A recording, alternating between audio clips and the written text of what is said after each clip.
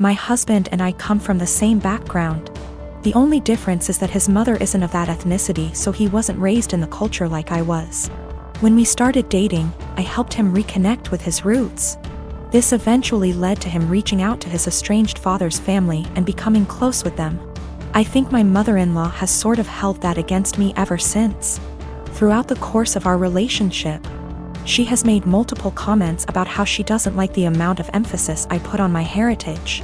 When we told her I was pregnant with twins, she later said something about not wanting her future grandchildren to care about that stuff like I do. I've learned to ignore her comments because trying to explain myself to her has never helped. And I try to avoid conflicts whenever I can. My husband and I decided that the babies would have a first name from our culture, and their middle name would be a typical American name. My parents did the same thing with my name too, so it was just a continuation of that tradition. My mother-in-law ended up seeing texts between me and my husband where we said the middle names. But she assumed that we were talking about first names, so she went out and got the babies matching sweaters, with the names printed on the front of them. She showed the sweaters to me after they arrived. And I thanked her for the gift but didn't correct her on the fact that those were the middle names. I was sort of peeved that she had snooped through text messages to try to find out the names before we told her anyway.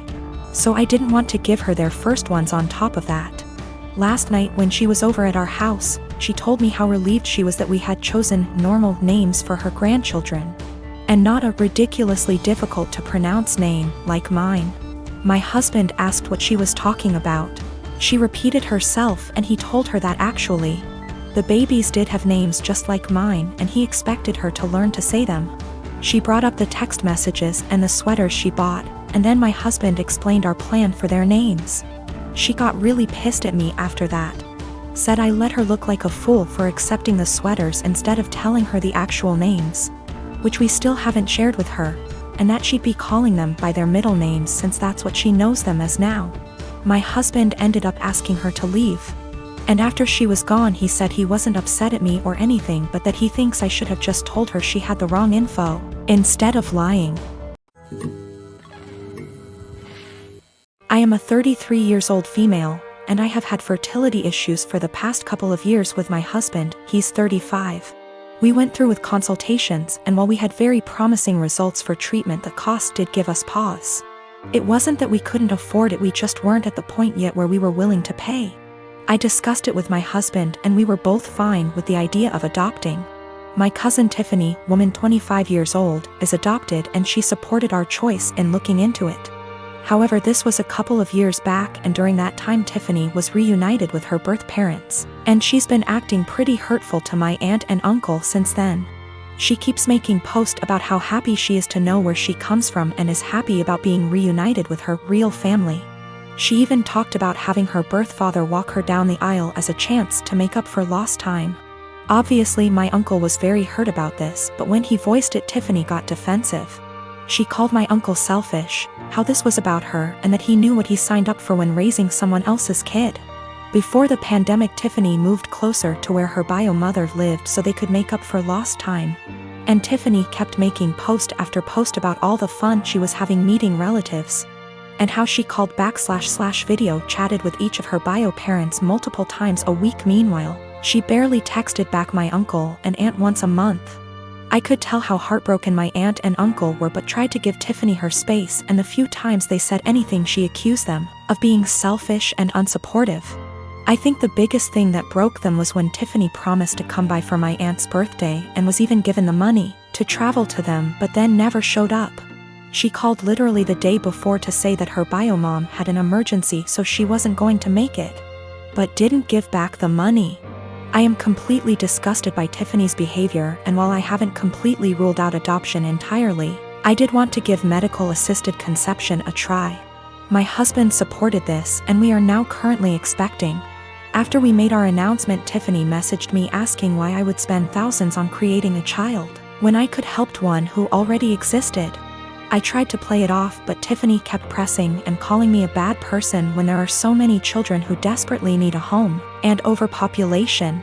It got to the point where she was pissing me off, and I just came clean and said that her behavior towards the people who loved and raised her was the reason. Tiffany got really upset, but I didn't care. However, her parents are now starting to say that I was wrong. Tim and I met in an English literature class our junior year of college, and we've been together the 10 years since. While he ended up going into IT, I stayed in the liberal arts track and ended up doing non-profit work after college when I realized I didn't actually want to be a school teacher. Just to say that we always assumed he'd out-earn me by a considerable margin. Though when he made more, I always insisted we split things evenly to avoid potential resentment down the road. I've had sort of a non-linear career path, but ended up switching to the corporate world. To make a long story short, my liberal arts degree and time doing non-profit work gave me a lot of skills that enable me to really excel professionally in some more niche areas. I recently started a new job as a consultant, making way more than I'd ever anticipated. When I got the offer, I told Tim that the pay was amazing, but he didn't ask about the actual amount, and I didn't want to be braggy about it, especially since I was fairly sure it was above his current income. Well, we just put in an application for a new place, and in the process of having to submit our pay stubs, it's become obvious that I make roughly 30% more than he does now. I expected him to think that was cool, since he's a feminist and has always been super supportive of my career. But instead he started to make increasingly harsh jabs about how I cheated the system to get where I am. That no English Lit major makes more than a cybersecurity professional without cheating somehow. His major point is that I got my first job out of nepotism, which set me up to trample more qualified people who didn't have the same advantages. It's true that I got my first post-college job after being referred by a sorority sister, but it was for non-profit work making $22K //year, not exactly at somebody's daddy's firm. He also points out that at my first corporate job, I snagged a big promotion after volunteering to take on starting up the company's diversity //equity / inclusion program, and I'll admit that were I a white man, it's highly unlikely I would have been able to be the face of the eventually high-profile diversity program. Tim also notes that I was awarded a small college scholarship for being a promising female writer, when no such scholarship existed for males. But all that said, I still don't feel like I cheated the system, and it makes me angry to listen to him joke about it. Especially since I grew up blue-collar and worked full-time while going to school full-time to afford my degree.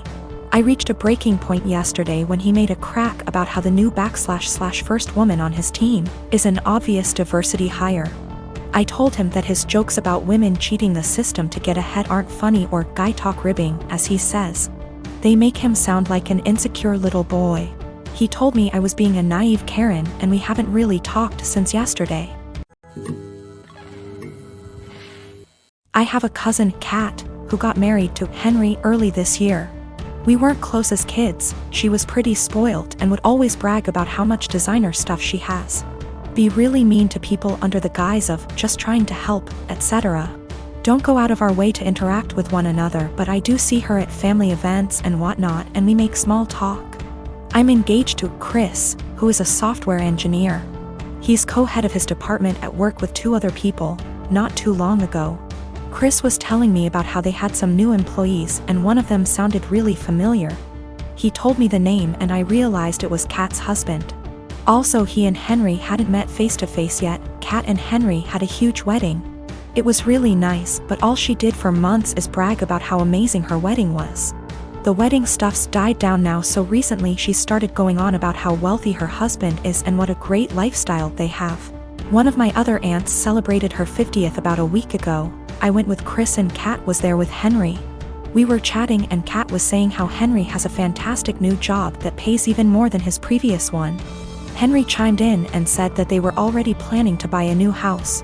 Kat asked what Chris does.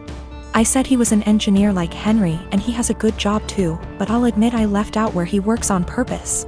She smiled and nodded, then said it's fine. She understands that I'm embarrassed and want to keep it quiet. So that was pretty much the end of our conversation then. When we were leaving, she pulled me aside and told me to let her and Henry know if we needed help with the wedding. Obviously I knew what she meant and it was just another dig, but I said, "Bye," and left. Literally 2 days later, I get a DM from Kat and she's furious, well, as much as one can be through text, that I didn't tell them that Chris was one of Henry's bosses. Henry was shocked to see him in the office, and Chris made a comment, "Tell Kat OP and me don't need help, but thanks for offering." Henry's really embarrassed, and so's Kat, and she said that we made them look bad on purpose, and if she knew, she'd have never made those comments. It was my duty to tell her and Henry. Chris and I had a really good laugh over this, but she sent a text out to the family group chat we have saying how she was blindsided by me. A few others said that what we did was petty and wrong.